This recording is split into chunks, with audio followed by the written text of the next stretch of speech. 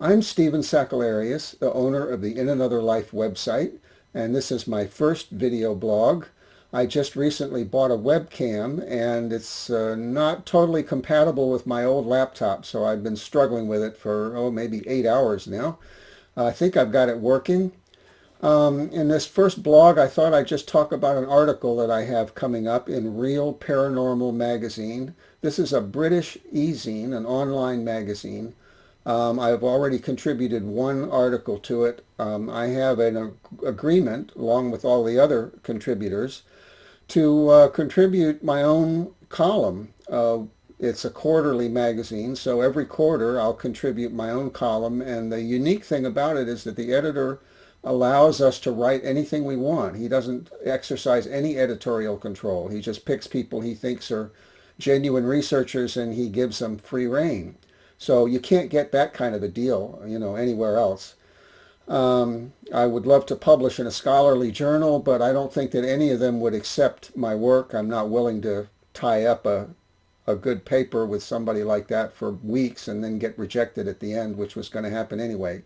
So my plan is I will submit to Real Paranormal magazine after it's come out, and I've given it maybe a month or so for people to buy it. I have permission to publish my article on Academia EDU. There it will be keyword searchable and academics can find it that way. I've already got several papers on there and they are being read. One of them I think is up to 84, 86 hits so far. So they don't write me, they don't want to have anything to do with me, but they do, read the papers.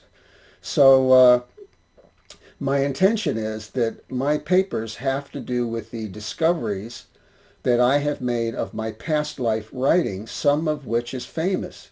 Other people stole it, got famous with it, and now they're credited with it. So now the real author reincarnates, comes back to reclaim his real actual work, and I'm taken as a nutcase because the thief who stole it is the one that everybody thinks is the author. See, it's really ironic. And I think it's kind of interesting to reincarnate to set your legacy straight like this. Um, so my very first article is going to be about the first of four of these plagiarists, and that would be Charles Dickens and A Christmas Carol. Because as outrageous as it may sound, after 11 years of research, I am absolutely certain that Matthew Franklin Whittier, myself in that lifetime, and his beloved first wife, Abby Ployan, were the real authors of A Christmas Carol. So that's what this first article is about, and I've finished it. It's like 35 pages, and it's all evidence. I mean, I analyzed the evidence, but basically this is 35 pages of evidence, so I'm not just fooling around with this thing. Now, I like to get originals of these works when I can, so what we have here is an original of the Christmas Carol. It's not the first year, it's not a first edition, because if you want a first edition in good condition, you're talking $8,000. So this is 1844 instead of 1843, but this is probably about the year this is when Matthew would have seen it. So this is the edition that Matthew would have seen when it came to America probably. So here you can see, there it is, Marley's Ghost, I believe this is, with Scrooge. And at some point I may read some from this. I'll tell you the truth, the reason I don't like to read from it is that I know it's been adulterated and it bothers me. It really irks me to read what's not really my writing. So what I've done is you can go online and find Dickens' handwritten draft, which is not his original draft. It's probably number 2 or 3. But you can see his handwriting and you can see where he scribbled out, he redacted what was there before. And some of that was Matthew and Abby's writing. So you can go in and find a little more of the authentic original that way, which I've done. At some point, if I get enough of it translated, I may try to read what it originally said as opposed to what Dickens changed it to. But anyway, this article will be coming out, I think it's the end of next month, the end of February, or possibly early March, because the deadline is the middle of February. And I don't get any money for this, but I'd recommend you go ahead and buy it and get it hot off the press, or you can wait for a month or a month and a half, however long I wait, and get it off Academia EDU. I'll announce it in my updates page on my website.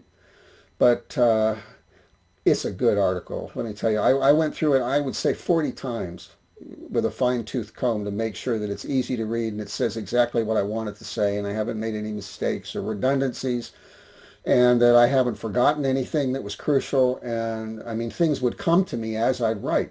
So it's it's a heck of an article, and I would suggest that you suspend disbelief, sit down, spend a half hour or 45 minutes, however long it takes you to read the article, and read the whole thing. Don't just like dip into it. I mean, I'm guilty of this. I'll take something and I'll read the first 4 paragraphs and I'll say, well, that's enough of that. Read it all, because the skeptical objection is, well, you don't really have enough evidence, but you haven't read it all. How do you know I don't have enough evidence? What I like to say is, I like to quote the skeptics, and they say, extraordinary claims require extraordinary evidence, but then I'll add to that, if it doesn't take too much of our time. See, because they want their cake and eat it too. They want good evidence, but they don't want to put any energy into it. So that's not fair. If you want good evidence, if you want extraordinary evidence, you have to make the commitment to sit down and look at the evidence. See, you can't have it both ways. So, what can I say? I have the evidence, and I'm not easy to convince, and I was my worst skeptic. I sat down and said, is there any normal explanation for this? Is there any normal explanation for this other thing? And, I did find some things that I, misinterpreted and was honest about. There's one in my article that I admitted, but I've still got it. I've still nailed it. So anyway, that's enough for this first video blog. I hope I've got the lip sync issue taken care of. We'll find out in a minute, and I'll get this posted. And I've got more. The next article after this is about Edgar Allan Poe and the Raven. I did not come up with this stuff out of thin air to puff up my ego. I did not say, I'd like to be the past life author of both A Christmas Carol and The Raven. I didn't do that. I swear I didn't do that. It came up in the research, and I can prove it in both cases. The thing is that Matthew was an excellent writer. He was a world-class writer, and his stuff got stolen by people, and they got famous for it. That's all it is. It's not difficult to understand. It's just, in that life, I was a really good writer. There's a much earlier life that I can't prove where I think I was an excellent organist. Well, I can't really play that well now. I struggle with it. I'm trying to learn to play piano, and I don't have that anymore. I can feel it. I'll tell you, especially when I put my organ, I have an electric piano rather, and I put it on the organ setting and I start to play, I can feel that I should be able to rip this stuff off, but I can't. This body, this brain won't do it. Well, Matthew was an excellent writer, and I'm pretty good. I mean, if you read my blogs, I'm not bad.